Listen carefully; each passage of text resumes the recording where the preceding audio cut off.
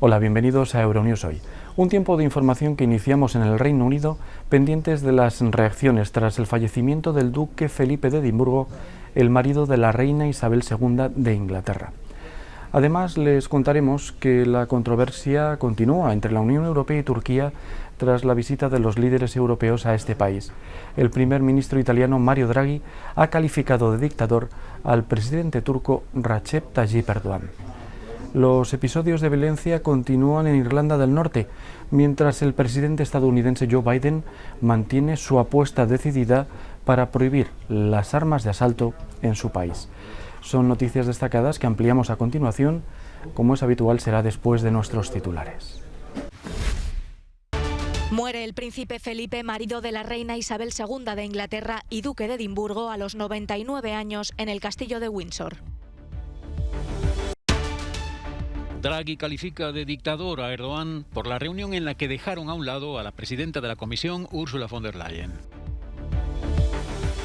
Nueva noche de disturbios callejeros en Irlanda del Norte. La Unión Europea y Estados Unidos no esconden su preocupación sobre el acuerdo de paz del Viernes Santo. Joe Biden inicia la batalla legal por el control de armas con las llamadas Ghost Guns y las armas de asalto en su diana. Preparados para sobrevivir en el peor de los casos. Cada vez hay más adeptos del llamado preparacionismo en España. Vemos quiénes son y qué les motiva. Muere a los 99 años el príncipe Felipe, marido de la reina Isabel II de Inglaterra. Una nota de prensa de la Casa Real Británica comunicó el fallecimiento. La muerte del príncipe se produce 3 semanas después de pasar un mes en el hospital por una infección seguida de un problema cardíaco. La nota del Palacio de Buckingham añade que murió pacíficamente en la mañana del viernes en el castillo de Windsor. El duque de Edimburgo habría cumplido 100 años en junio. Ingresó el 16 de febrero en un hospital de la capital británica. Había regresado para continuar su convalecencia tras ser operado con éxito de un problema cardíaco preexistente en otra institución londinense. Tras su hospitalización, el príncipe Felipe regresó a Windsor, al oeste de Londres, donde pasó el confinamiento con su mujer, la reina de Inglaterra, de 94 años. El príncipe Felipe, duque de Edimburgo, fue ante todo el esposo de la reina Isabel II. Un hombre que, siguiendo el protocolo, siempre estuvo 2 pasos por detrás de ella, apoyándola. Cuando en 1947 contrajo matrimonio y pasó a formar parte de la familia real, ya era un experto oficial de marina. Pero la muerte prematura en 1952 de Jorge VI, padre de la reina, obligó al príncipe Felipe a colgar su uniforme. Isabel y Felipe se conocieron cuando eran adolescentes. Fue un amor a primera vista y ella insistió en casarse con ese joven al que muchos percibieron como un exiliado sin dinero de la familia real griega. La dinámica de la pareja cambió cuando Isabel se convirtió en reina. En público ella era la que mandaba, pero en privado él siempre llevaba los pantalones. Decidió enviar a su primogénito, el príncipe Carlos, a Gordonstown, un remoto internado escocés. El futuro rey más tarde describiría su estancia allí como una sentencia en prisión. Más adelante, el príncipe Felipe dijo sobre sus 4 hijos que, en su sesgada opinión, a todos les había ido bastante bien en circunstancias difíciles y exigentes. Al principio fue difícil estar relegado a un papel secundario al lado de su esposa, pero el príncipe Felipe encontró su lugar. Se dedicó a las fuerzas militares, desarrolló un plan de ciudadanía para los jóvenes y fue un ecologista comprometido. Ian Pelham Turner, antiguo fotógrafo de la Casa Real, tuvo tiempo para observar a la pareja en muchas ocasiones. Han estado muy unidos también como pareja formal. Cuando acuden a un evento oficial son como uno solo, son firmes, son la familia. El príncipe Felipe nunca tuvo miedo de expresar su opinión y a lo largo de los años a menudo provocó titulares con sus denominadas meteduras de pata. Durante una de sus visitas a Australia, le preguntó a los aborígenes si todavía se arrojaban lanzas unos a otros. Considerado por algunos como desagradable y distante, su estilo directo se convirtió en parte de la vida diaria de la familia real. Se le ha tachado de desagradable, pero no lo es. Es simplemente su estilo.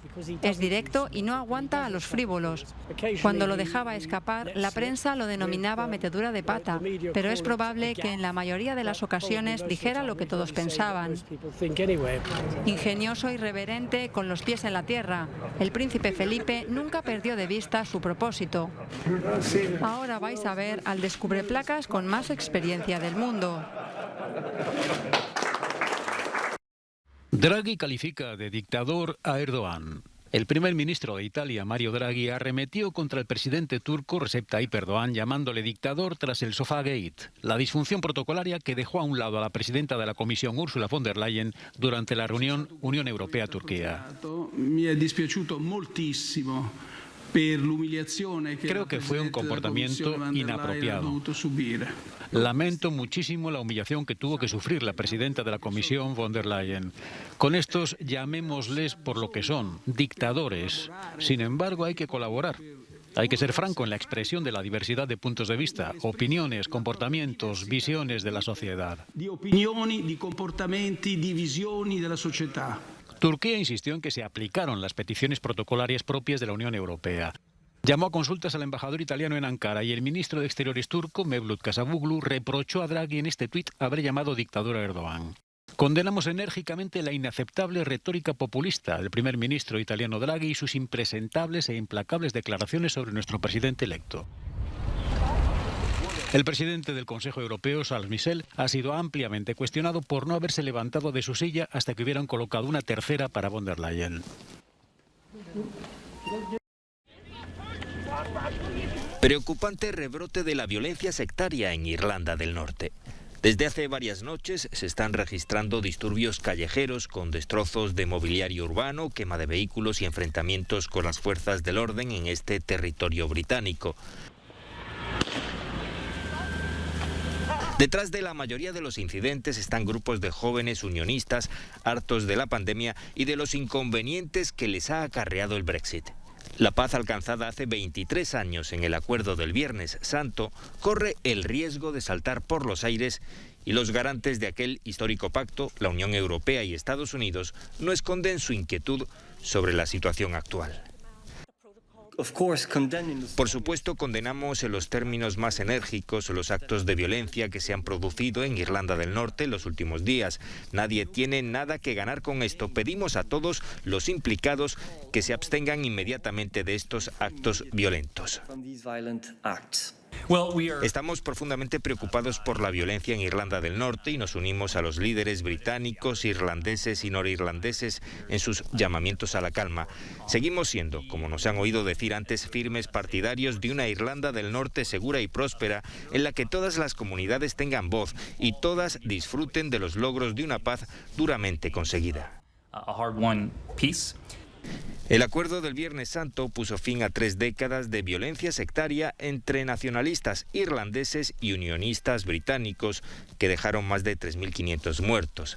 Los unionistas se consideran perjudicados por el acuerdo del Brexit, que mantiene abiertas las fronteras con Irlanda, pero las ha creado con el resto del Reino Unido.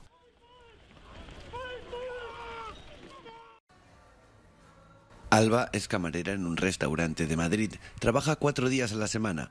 Una jornada laboral más corta le permite seguir estudiando para ser profesora. Te permite tener un poco más de tiempo. Al fin y al cabo son 3 días libres en vez de 2. Las propietarias de la Francachela decidieron adoptar la jornada de 32 horas tras el primer confinamiento, cuando tuvieron que trabajar al tiempo que cuidaban de sus hijos. Eso les hizo reflexionar sobre la importancia de la conciliación familiar. La vida privada y la vida familiar también es parte de la economía y también hay que cuidarla, hay que ponerla en primer plano. Con una reorganización de horarios e introduciendo pequeñas mejoras tecnológicas como recibir las comandas por WhatsApp, Alba ahora hace su trabajo en menos horas sin ver reducido su salario. Nos hemos convertido en una empresa mucho más eficiente por la propia necesidad de tener que reducir la jornada a 4 días, ¿no? Eso nos ha obligado a pensar para llegar a ese objetivo. Una experiencia piloto analizará ahora las posibilidades de implantar la jornada laboral de 32 horas a nivel nacional. Más País, el partido tras la iniciativa, cree que puede convertirse en el paradigma del mundo pospandemia, donde las empresas deberán ser más competitivas y los trabajadores buscan dar más sentido a sus vidas. Nadie es libre si no tiene tiempo y vivimos vidas en las que no tenemos tiempo para nada. Vivimos vidas en las que fundamentalmente vivimos agobiados yendo de casa al trabajo, del trabajo a casa y el fin de semana aprovechamos para hacer las compras. Estamos agotados y el lunes volvemos otra vez a empezar. Eso no es vida.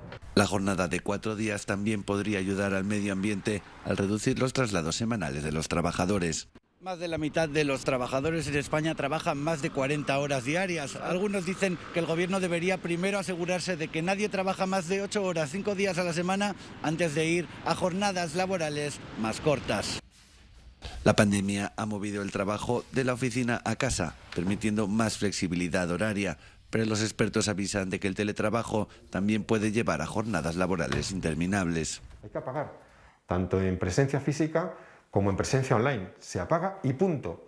Para descansar hay que desenganchar para tener vida tras el trabajo. Si la prueba piloto funciona, España podría convertirse en uno de los primeros países del mundo en adoptar la jornada laboral de 4 días. El Parlamento español aprueba la Ley de Cambio Climático. Será la norma prioritaria para disminuir el calentamiento global. El proyecto de ley, aprobado por mayoría absoluta, con abstención de la derecha, prevé para 2030 una reducción de las emisiones de carbono del 23% con respecto a 1990. Para el presidente de la Comisión de Transición Ecológica, el diputado de Unidas Podemos, Juancho López de Uralde, prevalece la urgencia de la declaración de emergencia climática que hizo el gobierno español en enero de 2020. Bueno, la importancia y la gravedad de la emergencia climática es tanta que ninguna medida va a ser suficiente para hacerle frente. Creo que tenemos que ser conscientes de que estamos hablando de una pandemia mucho más grave que la pandemia del COVID, que es el cambio climático, y realmente nosotros lo que estamos haciendo con esta ley en España es empezar a caminar hacia una mucho mayor ambición para la reducción de las emisiones. Es imprescindible, pero desde luego no es suficiente. Para López de Uralde, la influencia de las políticas de Trump negacionistas del cambio climático están arraigadas en la derecha española.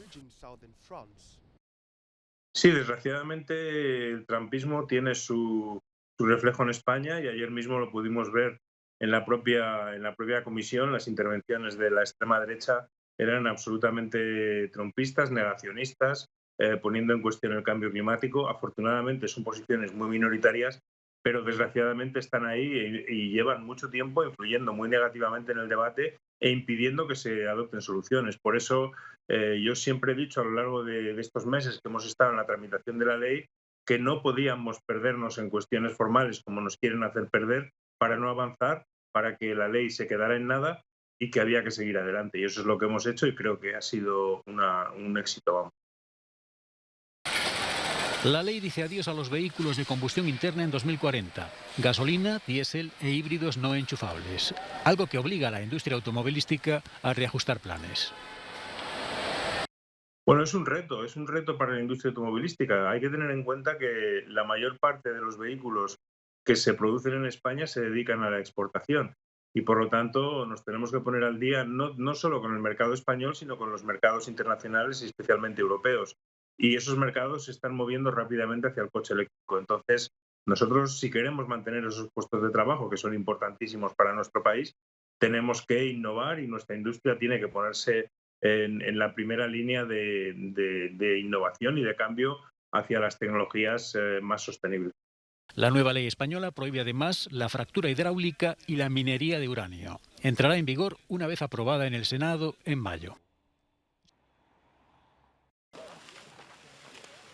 Los bolivianos se han puesto manos a la obra con el lago Uruuru. Sus aguas contienen toneladas de desechos, además de minerales pesados como el zinc, el arsénico y el cadmio. Pensamos levantar más de 10 toneladas con la ayuda también, lógicamente, de volquetas, tractores y otro personal que nos está colaborando, como ustedes pueden ver. Policías, trabajadores municipales y voluntarios, alrededor de 500 personas han limpiado las aguas para contrarrestar los años de degradación del lago situado en el municipio boliviano de Oruro. Lo que nosotros queremos que no sea esto la primera vez ni la última vez, sino que estemos todos los orureños en alerta para poder conservar pues nuestro lago, ¿no? Que era una fuente de alimentación también donde nos daban peces, pescaditos. Resultado de los afluentes del lago Titicaca, el Uruuru ha sido durante años destino de los desechos de las empresas mineras de la zona.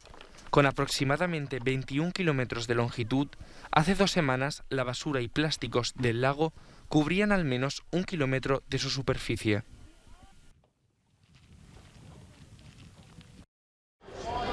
Prohibir las armas de asalto y los cargadores de munición de gran capacidad es una de las demandas del presidente de Estados Unidos, Joe Biden, al Congreso, aunque es improbable que su iniciativa consiga pasar el rodillo republicano en el Senado. Habla el presidente de Estados Unidos. La violencia con armas en este país es una epidemia. Permítanme decirlo de nuevo, la violencia armada en este país es una epidemia y es una vergüenza internacional. Cada día mueren 106 personas por armas de fuego en Estados Unidos, pero en 20 años el país no ha sido capaz de imponer un control de armas frente a la violencia que desatan. También deberíamos prohibir las armas de asalto y los cargadores de alta capacidad en este país. Durante los 10 años que lo hicimos, el número de tiroteos masivos realmente bajó. Incluso los funcionarios encargados de hacer cumplir la ley me han dicho y han dicho a otros defensores de esta legislación que a veces se sienten superados por las armas de asalto de los cargadores de gran capacidad. Biden también pretende frenar la proliferación de armas de fabricación casera, llamadas ghost guns, hechas de ensamblar piezas difíciles de rastrear para las autoridades porque carecen de número de serie.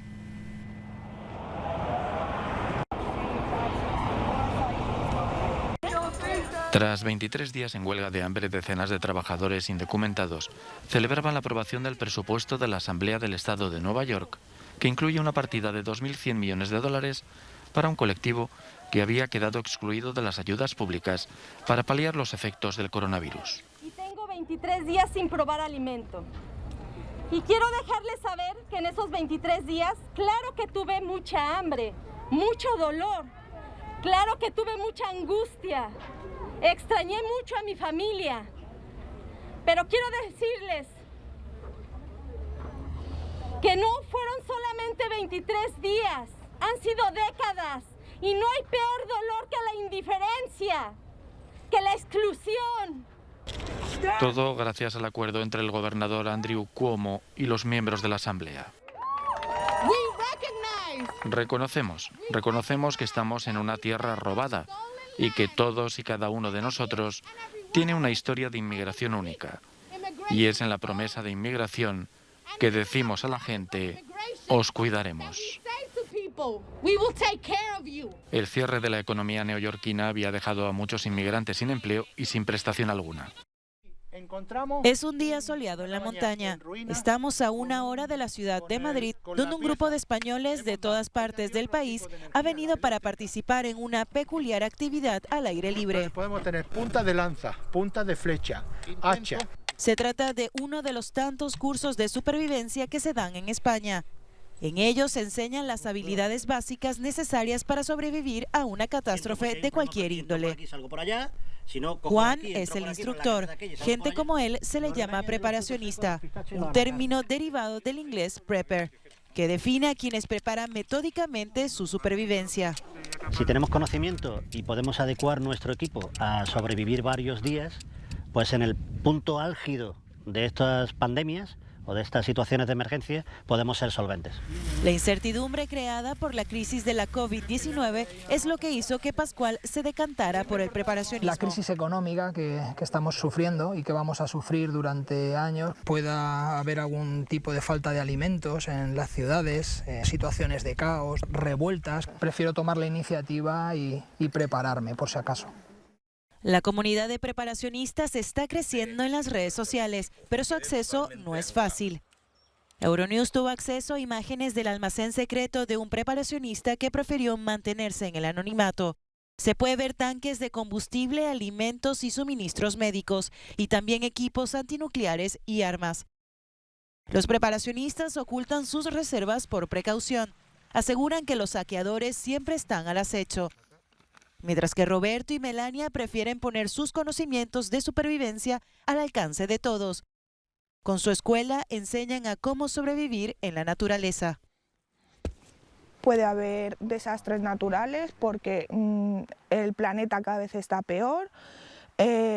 pueden haber más pandemias, pueden haber todo tipo de conflictos, entonces sí creo que puede que algún día lo tenga que utilizar. Hay gente que piensa que quienes nos preparamos para este tipo de eventualidades estamos locos y en realidad eso no es así. No es prepararte porque el mundo se acaba, es prepararte por ¿y si el mundo se acaba? La comunidad de preparacionistas en Europa sigue siendo muy reservada y difícil de cuantificar, pero mientras el coronavirus no sea derrotado, podemos esperar que cada vez sean más los que salgan a la luz. Para conocer más, vea la edición completa de Unreported Europe. Bien, terminamos. Muchas gracias por su atención. No sin antes recordarles que pueden ampliar todas estas y otras noticias en nuestra página web y también en nuestras redes sociales. Les deseamos un feliz fin de semana.